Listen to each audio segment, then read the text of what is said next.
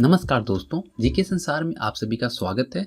आज हम सब इस वीडियो में बौद्ध धर्म का इतिहास और उनसे जुड़े महत्वपूर्ण तथ्य जानेंगे। और ये जो टॉपिक है वो एसएससी सीजीएल और एसएससी के जितने भी एग्ज़ाम्स हैं उनके लिए महत्वपूर्ण है, और आने वाले सीटेट बीटेट और जितने भी कंपटीटिव एग्ज़ाम्स हैं उनके लिए भी महत्वपूर्ण है। अगर आप जीके संसार पे नए हैं तो चैनल को सब्सक्राइब करें और पास में जो बेल है उसे भी क्लिक कर लें। बेल पर क्लिक करने से आपको हर एक नोटिफिकेशन टाइम पे मिलेगी और आप वीडियो देख पाओगे। यहाँ हर रोज़ आपको जीके जीएस और अदर जो जितने भी कंपटीटिव फैक्ट्स हैं वो आपको यहाँ प्रोवाइड करवाई जाती है। आप अगर कोई सुझाव देना चाहते हैं तो मुझे कमेंट बॉक्स में ज़रूर बताएं, और अगर आपको वीडियो पसंद आती है तो लाइक और शेयर बिल्कुल करें। तो आइए देखते हैं। पहले जानते हैं बौद्ध धर्म जो है क्या। तो बौद्ध धर्म भारत की श्रमण परंपरा से निकला धर्म और दर्शन है। इसके प्रस्थापक जो हैं वो महात्मा बुद्ध शाक्य मुनि, यानी जिन्हें गौतम बुद्ध भी कहते हैं, वे 563 ईसा पूर्व से 483 ईसा पूर्व तक रहे। गौतम बुद्ध जो हैं वो 563 ईसा पूर्व से 483 ईसा पूर्व तक रहे। जो दुनिया का सबसे बड़ा धर्म है वो ईसाई और इस्लाम है। इन दोनों से पहले बौद्ध धर्म की उत्पत्ति हुई थी, और ईसाई और इस्लाम के बाद ये तीसरे नंबर पे दुनिया में आता है। यानी कि बौद्ध धर्म जो है थर्ड पोजीशन पे, तीसरे स्थान पे है, जो कि इसे लोग मानते हैं। दोनों धर्म के बाद यह दुनिया का तीसरा सबसे बड़ा धर्म है। इस धर्म को मानने वाले ज़्यादातर चीन, Japan, Korea, Thailand, Cambodia, Sri Lanka, Nepal, Bhutan और भारत जैसे कई देश में रहते हैं। अब आप बात करते हैं इनसे जुड़े कुछ फैक्ट्स के बारे में। तो बौद्ध धर्म के जो संस्थापक थे वो गौतम बुद्ध हैं। ठीक है, गौतम बुद्ध ही बौद्ध धर्म के संस्थापक थे, और इन्हें जो एशिया का ज्योति पुंज भी कहा जाता है। गौतम बुद्ध को ज्योति पुंज भी कहा जाता है। अगर पूछा जाता है कि एशिया का ज्योति पुंज किसे कहा जाता है, तो इसका जो आंसर होगा वो होगा गौतम बुद्ध। उसके बाद आता है गौतम बुद्ध का जन्म 563 ईसा पूर्व के बीच शाक्य गणराज्य की तत्कालीन राजधानी कपिलवस्तु के निकट लुम्बिनी, नेपाल में हुआ था। जो उनका जन्म हुआ था वो 563 ईसा पूर्व कपिलवस्तु के निकट लुम्बिनी, नेपाल में हुआ था। इनके पिता श्रुतोधन शाक्य गण के मुखिया थे। जो इनके पिता थे वो शाक्य गण के मुखिया थे। सिद्धार्थ के जन्म के 7 दिन बाद ही उनकी माँ माया देवी का देहांत हो गया था। सिद्धार्थ जो है गौतम बुद्ध का बचपन का नाम है। उनकी जब जन्म हुई थी, सिद्धार्थ की जब जन्म हुई थी, तो उनकी माँ 7 दिन के बाद ही मृत्यु प्राप्त कर ली थी, और उनका जो लालन पालन किया था उनकी सौतेली माँ गौतमी प्रजापति ने किया था। तो ये भी पूछा जा सकता है कि सिद्धार्थ की सौतेली माँ का क्या नाम था। तो उनका जो नाम था वो था प्रजापति गौतमी। उसके बाद आता है इनके बचपन का नाम सिद्धार्थ था। पहले ही हमने आपको बताया कि इनका बचपन का नाम सिद्धार्थ था। सिद्धार्थ का 16 साल की उम्र में दंडपानी शाक्य की कन्या यशोधरा के साथ उनका विवाह हुआ। जब गौतम बुद्ध 16 साल के थे तभी उन्हें शाक्य की कन्या यशोधरा के साथ उनका विवाह कर दिया गया। इनके पुत्र का नाम राहुल था, और इनका एक पुत्र हुआ था उसका नाम राहुल था। सिद्धार्थ जब कपिलवस्तु की सैर के लिए निकले तो उन्होंने 4 दृश्यों को देखा। तो एक क्वेश्चन बन सकता है कि जब सिद्धार्थ यानी गौतम बुद्ध कपिलवस्तु की सैर के लिए निकले थे तो उन्होंने 4 दृश्यों को देखा, वो कौन कौन है। तो वो है आपका बूढ़ा व्यक्ति, एक बीमार व्यक्ति, 100 और एक सन्यासी। ये 4 लोगों को उन्होंने देखा। बूढ़ा व्यक्ति, एक बीमार व्यक्ति, 100, एक सन्यासी। उसके बाद आता है सांसारिक समस्याओं से दुखी होकर सिद्धार्थ ने 29 साल की उम्र में घर को त्याग कर दिया। जब वो 29 साल के हुए तो उन्होंने घर छोड़ दिया, जिससे बौद्ध धर्म में महाभिनिष्कमन कहा जाता है। ठीक है, बौद्ध धर्म में इसे महाभिनिष्कमन कहा जाता है। उसके बाद आता है गृह त्याग के बाद बुद्ध ने वैशाली के अलार कलाम के शाक्य दर्शन की शिक्षा ग्रहण की। गृह त्याग करने के बाद बुद्ध जो है वो वैशाली आ गए और वहाँ अलार कलाम से सांख्य दर्शन की शिक्षा ग्रहण की। तो एक क्वेश्चन यहाँ एक और बन सकता है कि अलार कलाम से बुद्ध ने कौन सी शिक्षा ग्रहण की? तो सांख्य दर्शन की शिक्षा ग्रहण की। अलार कलाम सिद्धार्थ के प्रथम गुरु थे और जो अलार कलाम थे वो सिद्धार्थ के प्रथम गुरु थे, यानी गौतम बुद्ध के प्रथम गुरु थे। अलार कलाम के बाद सिद्धार्थ ने राजगीर के रुद्र करामपुत से शिक्षा ग्रहण की। अलार कलाम पहले गुरु थे, उसके बाद रुद्र करामपुत से उन्होंने शिक्षा ग्रहण की। उरुविला में सिद्धार्थ को कौंडिन्य, बप्पा, भादिया, महानामा और असागी नाम के 5 साधक मिले।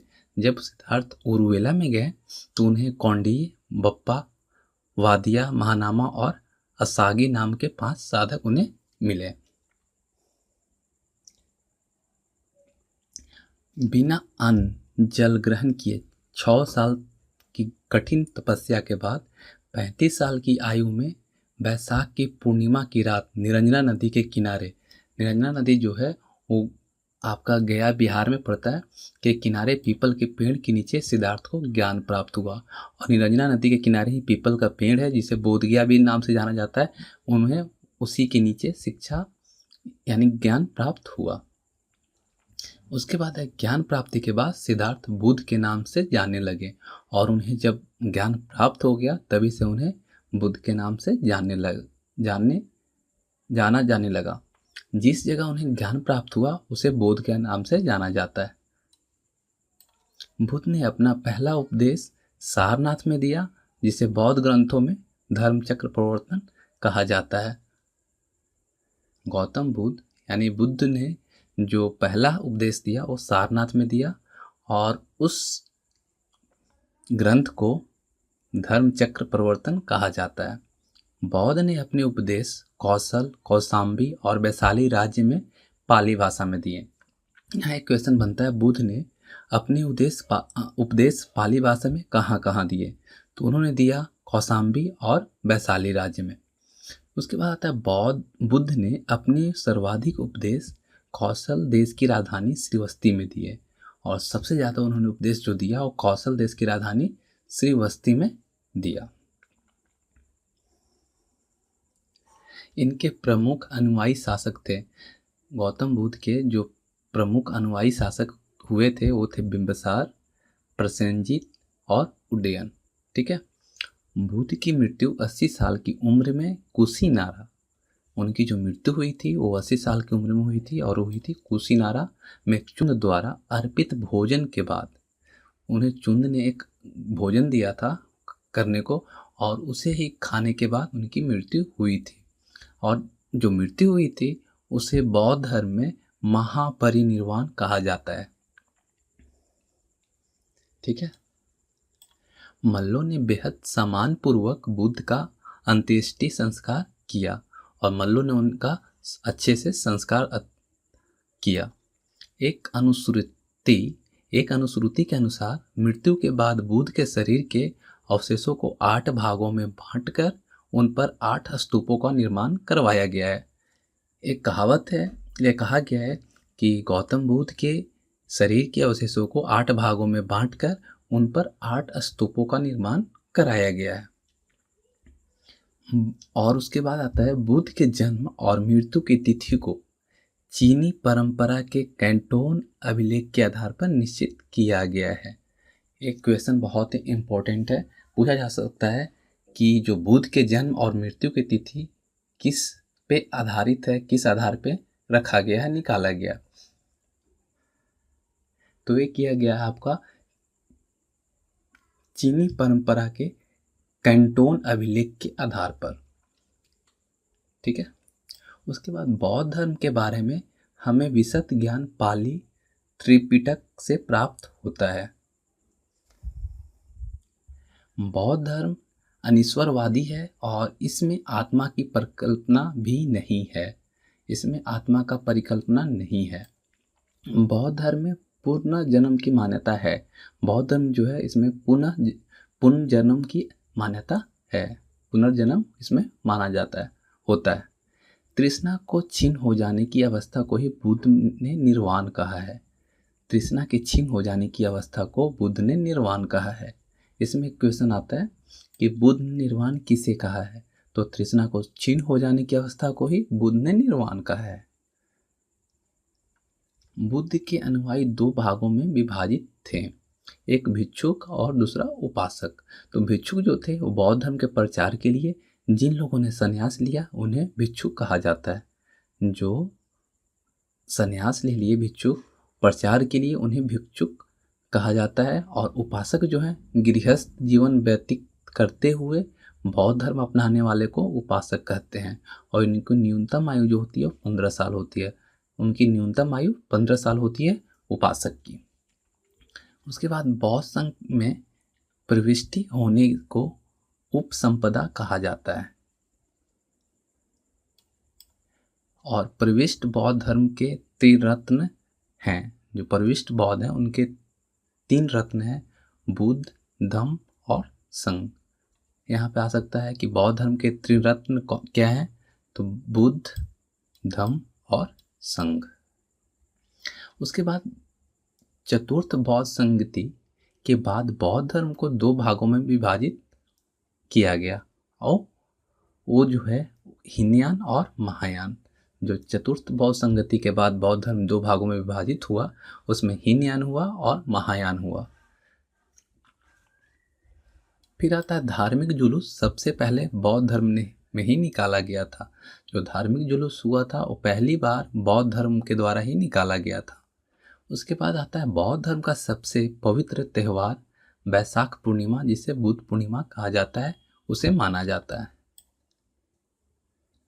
फिर आता है बुद्ध ने सांसारिक दुखों के संबंध में 4 आर्य सत्यों का उपदेश दिया है। वे क्या हैं, तो वे हैं दुख, दुख समुदाय, दुख निरोध, दुख निरोधागामिनी प्रतिपदा। ठीक है, ये 4 है जो कि बुद्ध ने सांसारिक दुखों के संबंध में उपदेश दिया है। दुख, दुख समुदाय, दुख निरोध, दुख निरोधागामिनी प्रतिपदा। उसके बाद आता है सांसारिक दुखों से मुक्ति के लिए बुद्ध ने अष्टांगिक मार्ग की बात कही। यह साधन है सम्यक दृष्टि, सम्यक संकल्प, सम्यक वाणी, सम्यक कर्मात, सम्यक आजीव, सम्यक व्यायाम, सम्यक स्मृति और सम्यक समाधि। ये इन्होंने 8 मार्ग की बात कही। उसके बाद आता है बुद्ध के अनुसार अष्टांगिक मार्गों के पालन करने के उपरांत मनुष्य भी भव तृष्णा नष्ट हो जाती है। मनुष्य की जो भव तृष्णा होती है वो नष्ट हो जाती है और उसे निर्वाण प्राप्त होता है। बुद्ध ने निर्वाण प्राप्ति के लिए 10 चीज़ों पर जोर दिया। अगर निर्वाण की प्राप्त करनी है तो 10 चीज़ों पे उन्होंने प्रकाश डाला। वो है आपका अहिंसा, सत्य, चोरी ना करना, किसी भी प्रकार की संपत्ति ना रखना, शराब का सेवन ना करना, असमय भोजन करना, सुखद बिस्तर पर ना सोना, धन संचय ना करना, महिलाओं से दूर रहना और नित्य गान आदि से दूर रहना। उसके बाद आता बुद्ध धर्म। बुद्ध धर्म जो है, बुद्ध ने मध्यम मार्ग का उपदेश दिया। बुद्ध धर्म में बुद्ध ने मध्यम मार्ग का उपदेश दिया। उसके बाद अनीश्वरवाद के संबंध में बौद्ध धर्म और जैन धर्म में समानता है। जहाँ अगर बात आती है अनीश्वरवाद की तो बौद्ध धर्म और जैन धर्म में समानता है।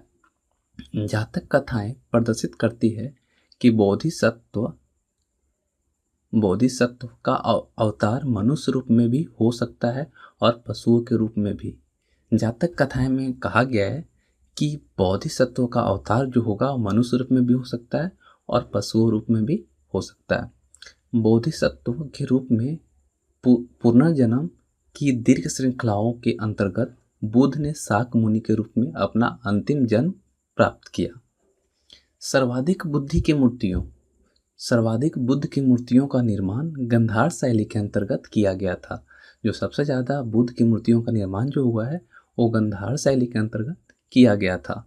लेकिन बुद्ध धर्म में बुद्ध की प्रथम मूर्ति मथुरा कला के अंतर्गत बनी थी। बुद्ध की जो प्रथम मूर्ति बनी थी वो मथुरा कला के अंतर्गत बनी थी। थैंक यू फ्रेंड्स, आशा करता हूँ आपको वीडियो पसंद आई होगी। अगर आपको पसंद आए तो लाइक और शेयर करें और मुझे सहयोग करने के लिए जीके संसार को सब्सक्राइब करें। मिलते हैं अगले वीडियो में, तब तक के लिए धन्यवाद।